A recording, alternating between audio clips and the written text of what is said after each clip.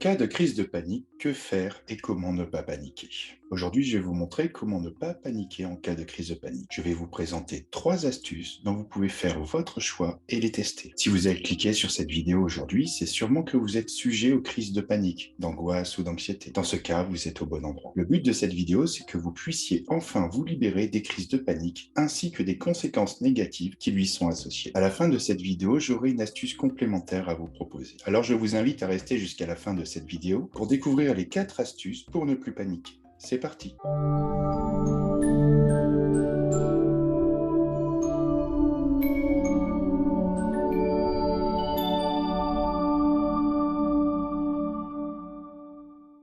Si vous ne me connaissez pas, je suis Gourmet Mathieu, fondateur d'Herméveil, et j'aide les personnes anxieuses à atteindre plus de sérénité grâce à leur inconscient. Au travers de mes contenus, de mes accompagnements ainsi que de ma formation, je partage des infos pour comprendre vos mécanismes inconscients et comment il est possible de gérer votre stress, anxiété et angoisse. Si cela vous intéresse, alors je vous invite à liker cette vidéo et à vous abonner à cette chaîne et d'activer la cloche pour ne rien manquer. Alors, qu'est-ce qu'une crise de panique ? Que ce soit une crise de panique, d'angoisse ou d'anxiété, le mécanisme physiologique reste le même. C'est l'amygdale qui déclenche vos mécanismes de survie, une petite glande à l'intérieur du cerveau. Subitement, vous avez une très grosse décharge d'adrénaline dans votre corps. Cette hormone de stress crée les mêmes sensations physiques que la peur ou la colère, voire les mêmes sensations physiques qu'une crise cardiaque, alors que nous avons apparemment aucune raison évidente à ce que cela arrive. Et cela vous empêche totalement de vous calmer. Et c'est bon à savoir car souvent c'est ce que l'on tente de faire. Au lieu de cela, cherchez comment vous pouvez l'évacuer par une activité plutôt active. Chanter, crier, faire le ménage ou tout autre sport pour essayer de décharger cette adrénaline qui est fait en fait pour que le corps s'active et se mette en route pour l'attaque ou la fuite. C'est vraiment le mécanisme de survie qui se met en route. Ensuite, vous pouvez laisser vos sensations s'exprimer, ne pas vous y opposer. Le pire que vous puissiez faire à ce moment précis, c'est d'essayer de la bloquer. Essayer de se battre contre votre propre mécanisme de défense, c'est d'essayer consciemment avec vos 5% de combattre 95% de votre inconscient perdu d'avance. Et à chaque fois que vous allez essayer de calmer cette sensation en vous y opposant, vous n'allez faire que amplifier les symptômes. D'ailleurs, je profite pour vous assurer que l'on ne meurt pas d'une crise de panique, ni d'angoisse, ni d'anxiété. Et pour ceux qui en ont déjà eu plusieurs, ils peuvent juste se rappeler de leur passé, s'apercevoir que ça n'est jamais arrivé. Alors l'adrénaline vous affole et peut vous faire penser à une crise cardiaque, mais ce n'est jamais le cas. D'ailleurs, les effets de l'adrénaline peuvent durer pendant une petite demi-heure dans le corps après le début de la crise.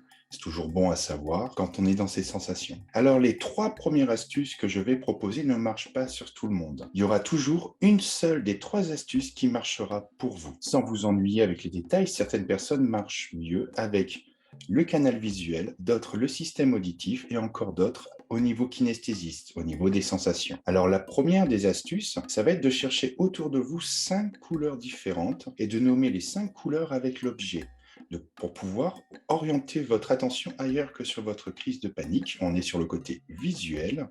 Aujourd'hui, c'est un système qui est utilisé des fois sous hypnose pour vous apprendre à diminuer la douleur. On se désolidarise un peu des sensations physiques pour arrêter cet état de panique. Le mécanisme de base, c'est pour la douleur, mais là, vous pouvez l'utiliser aussi pour vos sensations de crise de panique, d'angoisse ou d'anxiété. Vous cherchez autour de vous une chaise rose, une voiture verte, et vous nommez les objets et vous essayez d'en faire plusieurs. Cette astuce, elle fonctionne habituellement pour 70% de la population. On dit que 70% de la population est visuelle. Maintenant, la deuxième astuce va être de décompter un chiffre complexe. Vous choisissez un chiffre, 1477 par exemple, au hasard, 1476, 1475, 1474, 1473, et vous continuez ainsi. Cela va occuper votre cerveau. Ce sont pour les personnes qui sont plus dans un langage interne, dans la manière que vous fonctionnez inconsciemment, avec qui ça va fonctionner. Et j'ai eu de très bons résultats en accompagnant les gens avec cette méthode quand la première ne fonctionne pas. La troisième méthode va être d'analyser la texture. Je ne sais pas si certains d'entre vous peuvent se rappeler qu'il y avait les boules anti-stress qu'on avait sur les porte-clés. Vous pouvez avoir le même système, non pas pour forcer le stress, mais pour jouer le côté du toucher.